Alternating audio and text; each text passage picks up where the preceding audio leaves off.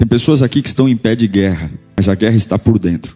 E a minha oração é: você não vai se cansar e essa pressão não vai te reprogramar. O que é reprogramar, pastor? É essa pressão mudar o teu jeito de viver, de falar, de pensar. Quero que você abra sua Bíblia comigo em Atos dos Apóstolos, capítulo 16, verso 22. Tem dores que a gente não posta, tem raiva que a gente nem conta para ninguém, mas é real. Nós vamos hoje falar sobre dois homens que viveram uma injustiça.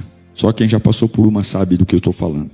E a reação deles foi algo surpreendente. Atos 16, 22, diz assim: a multidão ajuntou-se contra Paulo e Silas, e os magistrados ordenaram que suas roupas fossem arrancadas, e eles açoitados. Depois de serem severamente açoitados, foram lançados na prisão. O carcereiro recebeu instrução para vigiá-los com cuidado. Tendo recebido tais ordens, lançou-os no cárcere interior e prendeu os pés deles no tronco. Curve sua cabeça. Não deixe nada ninguém roubar. Agora não é hora para mexer em celular, a não ser que você for anotar a palavra. Agora não é hora para conversar, não é hora para fazer nada além de ouvir aquele que te conhece. Não brinque com o mundo espiritual. Esse é o momento de ouvir a que te liberta, aquele que pode mudar teu rumo de vida. E o inimigo sabe que uma vez que a palavra entre no seu coração, você será livre. Conhecereis e a verdade vos libertará. É isso que vai acontecer nessa manhã. Libertação. Pai, nós oramos agora. Invocamos o teu nome, o teu poderoso nome, o nome que está acima de tudo e todos, o nome que nos traz vida, paz e abundância. Deus, que esta palavra entre como uma bomba no meu interior, que esta palavra desperte-me, quebre as cadeias, os grilhões, as amarras, os ferrolhos, que esta palavra me traga direção e que eu seja realmente liberto. Deus, eu não quero mais perder tempo, eu não posso mais ficar à mercê daquilo que tu tens para mim. Eu quero romper, eu quero viver os teus milagres, eu quero te agradar. Eu quero que o céu sorria enquanto me vê, dizendo: ali vai um homem que crê na palavra, ali vai uma mulher que crê. Então desperta-nos, Deus. Só a tua palavra tem este poder. Nós oramos e cremos em nome de Jesus, amém. Você percebe o que eu li aqui? Isso aqui é dor real. Paulo e Silas presos em Roma. A Bíblia diz severamente agredidos, severamente açoitados. Isso aqui não é um dia mau. Isso aqui é uma humilhação real, que vem realmente para marcar a vida de uma pessoa para sempre. Porque tem coisas que não é fácil sacudir a poeira. Tem coisas que não dá para dizer: eu vou dormir e vai passar. Não, tem dias que vêm para ficar. É isso aqui que Paulo e Silas estão vivendo. É o que a gente chama de injustiça real. Aquele cenário que acorda o pior da gente, pior sentimento, as piores palavras. A minha pior versão é puxada para fora. Esse é o dia que Paulo e Silas estão sofrendo. Por quê? Porque é traficante de drogas? Porque tem um antro de prostituição? Não, porque estão pregando, porque estão combatendo as heresias. Se esse texto fosse sobre você, o que você diria nesse dia? Se você fosse agredido e alguém roubasse a sua paz, rasgando suas roupas, batendo severamente, e depois de tudo isso, jogando você numa cela escura e fria, o que você diria depois de tudo isso? Eu não sei o que a gente diria, mas eu sei o que Paulo disse. A Bíblia diz, Atos 16, 25. Por volta da meia-noite, Paulo e Silas estavam orando e cantando hinos a Deus, e os outros presos ouviam.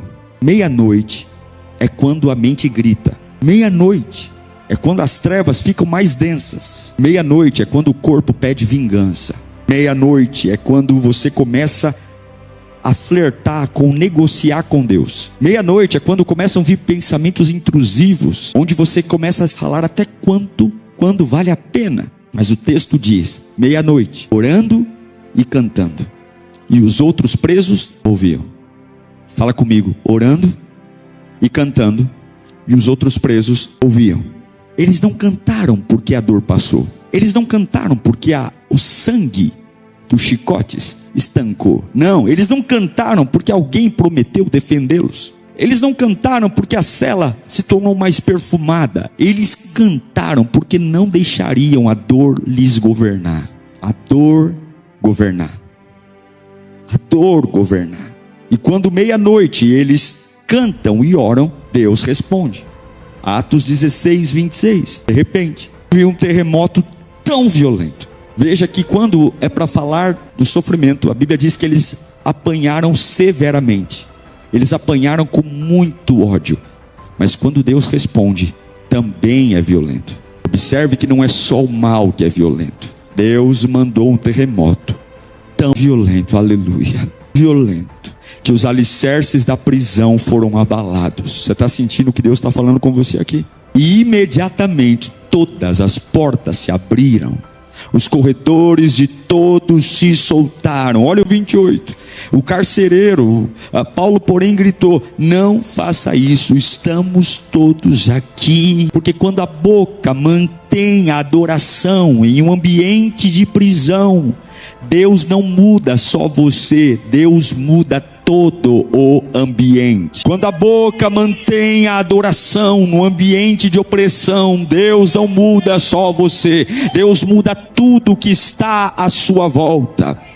Paulo entrou ali humilhado, injustiçado, fedendo, sangrando, e quando ele não negociou com a dor, ele se manteve o mesmo. Agora tem carcereiro dizendo: a minha vida acabou, e Paulo está dizendo: não, esse ambiente que queria me matar, agora virou uma igreja, virou um ambiente de salvação. Olha querido, Paulo, depois de ver o terremoto derrubando as paredes, ele poderia pegar Silas e dizer: vamos fugir daqui, vamos embora daqui, Deus nos salvou. Eles poderiam fugir, mas quem adora escolhe salvar o outro do que fugir. Ele fica. E quando o carcereiro, com medo porque todo mundo foi embora, imagine, você está preso e agora a cela está no chão, você vai embora. E os dois que ficaram, quem foram? Paulo e Silas. E é tão lindo que daquele lugar terrível, se você for ler Atos 16, 30, que é o mesmo capítulo da prisão, o mesmo lugar que era um lugar de vergonha, um lugar de humilhação, de injustiça, aquele dia, como eu disse, que não veio para marcar um dia só, mas veio para marcar uma vida, começou a se transformar num ambiente de salvação. Está lá, ó. Então levou-os para fora e perguntou: senhores, o que devo fazer para ser salvo? Sabe quem está falando isso para Paulo e Silas? O carcereiro, o cara que tinha a chave da cela, o camarada que tinha a chave da prisão. Talvez esse carcereiro viu Paulo e Silas apanhando e não fez nada. Talvez esse camarada, na hora de levá-lo para dentro, talvez falou bobagem no ouvido de Paulo, dizendo: seu bandido, seu miserável, que você morra aí dentro, que você apodreça aí dentro. Mas agora, o mesmo homem que ouviu um cara que apanhou meia-noite cantar e orar, está dizendo: o que eu devo fazer para ser salvo? O que eu devo fazer? Olha o versículo 31. Paulo responde: a prisão se transformou num culto. Paulo diz: creia no Senhor Jesus e será salvo, você e toda a sua casa. Você e toda a sua casa. Você e toda a sua casa. Você e toda a sua casa. Aí, se a gente ler o 33, a gente vai perceber que na mesma hora da noite, qual era a hora da noite? Meia-noite. O carcereiro lavou as feridas deles. O camarada que o prendeu agora está pegando paninho úmido, lavou as feridas deles, e em seguida ele e todos os seus foram batizados. Verso 34. Então levou-os para sua casa. O carcereiro levou o presidiário para casa, serviu-lhes uma refeição, e com toda a sua família alegrou-se muito por haver crido. A meia-noite começou com um tronco. A meia-noite começou com uma humilhação. A meia-noite começou com uma injustiça. Mas ela termina com uma mesa. Ela termina com uma casa liberta. Ela termina com um ambiente sarado. Começou com uma ferida, mas termina com uma água que lava a ferida e lava a alma. Esse é o poder que há na boca. Esse é o poder que há numa resistência. Esse é o poder de transformação, porque gratidão não é uma personalidade. Eu sou uma pessoa, graças a Deus, que tem uma gratidão na minha alma. Não, gratidão não é temperamento. Gratidão não tem a ver sobre ser melancólico, sanguíneo, fleumático, colérico. Não, gratidão não é como eu acordo. Gratidão é uma disciplina. Gratidão é um estilo de vida. É fazer o que eu não quero, mas eu preciso fazer isso. Eu preciso. Paulo não amava a dor e nem gostava de apanhar. Quando ele canta e ora meia-noite, é porque esse era o estilo de vida dele. Não há nada aqui além de disciplina. Não tem energia, não tem anjos encorajando, não tem uma voz motivando, não tem revelação. Tem a vida real, nua e crua.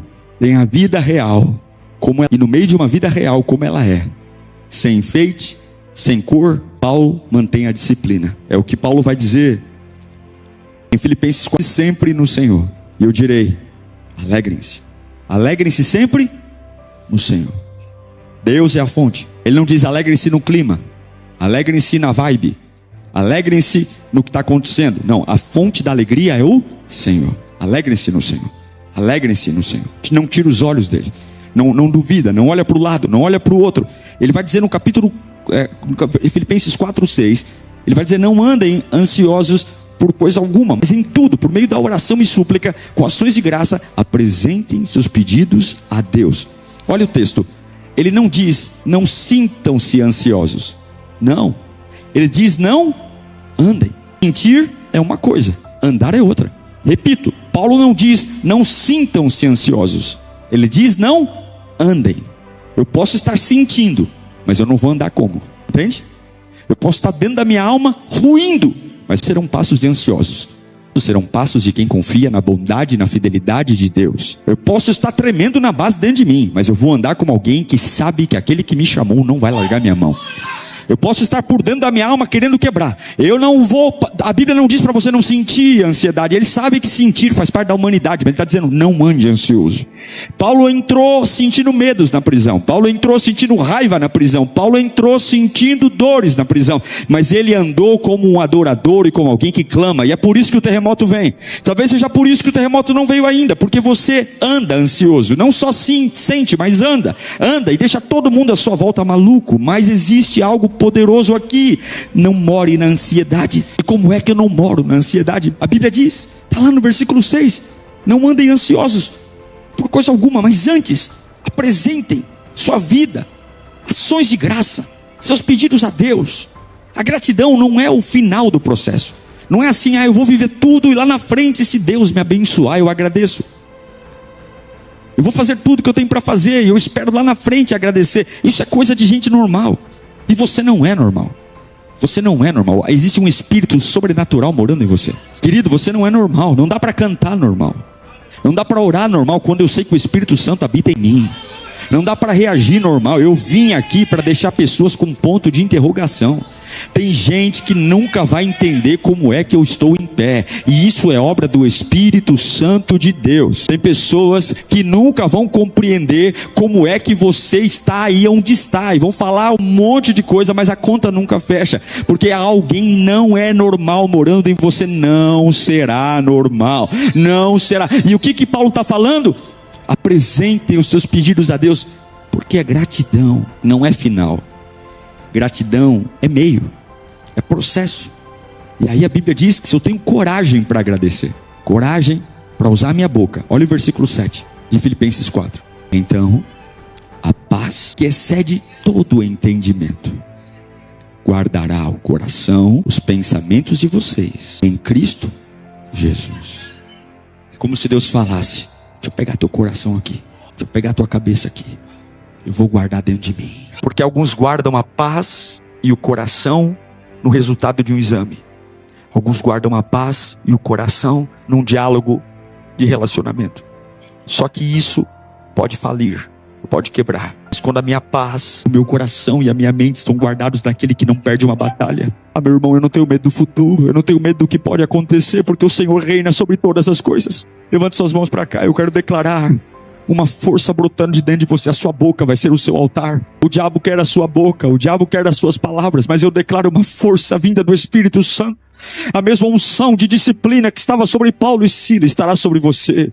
Você terá coragem para quebrar uma regra espiritual. Quando é o dia de cair, você não vai cair. Quando é o dia de lamentar, você não vai lamentar. Porque paz não é sensação, paz é guarda. Ela fica na porta do teu pensamento dizendo, aqui você não entra murmuração, aqui você não entra rebeldia, aqui você não entra, diga comigo, a minha boca será o meu altar. Pode abaixar suas mãos.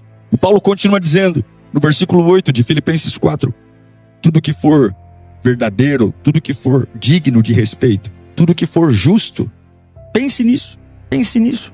A gente pensa o tempo todo, nossa cabeça não para nem um minuto. E tudo que está à nossa volta nos faz pensar, mas normalmente as nossas prioridades são as maiores mães dos pensamentos. Porque aquilo que é prioritário para mim vem para o meu coração. E a Bíblia diz: onde está o meu coração, ali está o meu tesouro. Então, se eu penso muito naquilo como prioridade, esse pensamento vai alimentar o meu sentimento. E o meu sentimento vai gerar uma atitude. É por isso que tem pessoas que fazem muitas bobagens. E depois que fazem, perguntam: onde eu estava com a cabeça para fazer isso? Nossa, onde eu estava com a cabeça para ter falado isso? Porque as prioridades são erradas. A Bíblia diz que a gente tem que pensar no que é verdadeiro, no que é puro. Eu tenho que cooperar com a paz, alimentando bem os meus pensamentos. E eu colocar em prática uma vida de uma boca do altar, mesmo que eu esteja apanhando por fora, a Bíblia deixa claro que o Deus de paz estará comigo.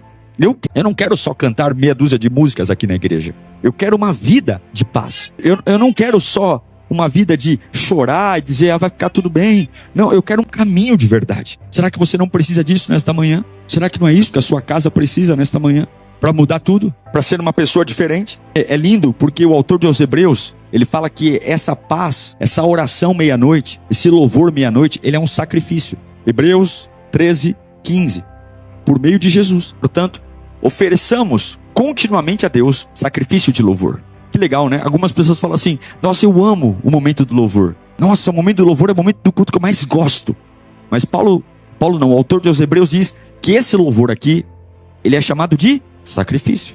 Apresentem continuamente a Deus um sacrifício de louvor, que é fruto de lábios que confessam o seu nome, que é o sacrifício que sai da boca, que é prazeroso. Se sacrifício não é prazeroso, sacrifício é porque algumas vezes eu vou fazer com dor. Sacrifício porque algumas vezes o fruto dos lábios vai gerar uma coisa que o coração não quer gerar, vai falar uma coisa que a cabeça não quer falar, vai expressar uma confiança que eu não sinto.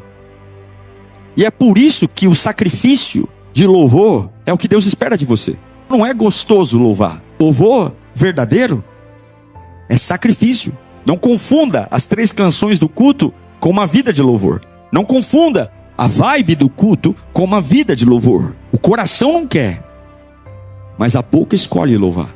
A cabeça não quer, mas a boca escolhe louvar. A realidade não quer, mas a boca escolhe louvar. Eu olho no espelho e digo: o que está acontecendo comigo? Mas a boca escolhe louvar. Tem gente aqui esperando a alma melhorar para adorar. E Deus está dizendo: adora e eu curo a sua alma enquanto você adora. Tem gente aqui esperando uma brisa suave, refrescante, para começar a chorar. E Deus está dizendo: no meio dessa quentura, entrega teu louvor, sacrifício, que enquanto você louva, eu pego nas tuas mãos e te coloco em pé de novo. Sacrifício e louvor. Paulo e Silas entenderam o que é um sacrifício. Apanharam, sem advogado, sem defesa. Meia-noite, eles sacrificam.